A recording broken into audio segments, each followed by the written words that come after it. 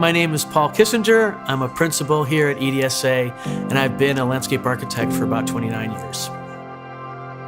Urban design is really focusing on the spaces that are between the buildings, how the buildings shape those spaces, what goes on in those spaces, and if it's done very well, it really helps create a sense of community.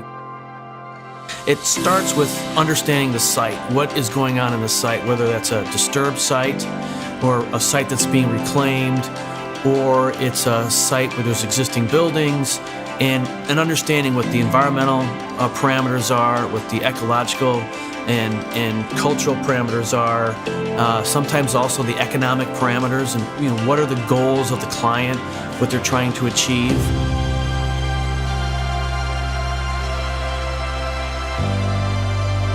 It's also understanding the scale of the user related to that space.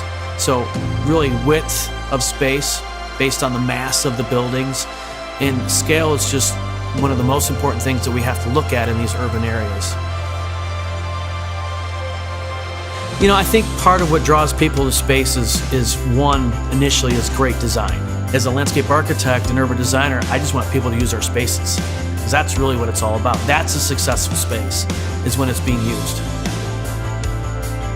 I think the time of the car having the priority is over, and that we need to have more priority for other modes of transportation, which is walking, jogging, biking, those kinds of activities, because that's when you have opportunities for relationships to happen and things that happen on the street, and it's part of that community.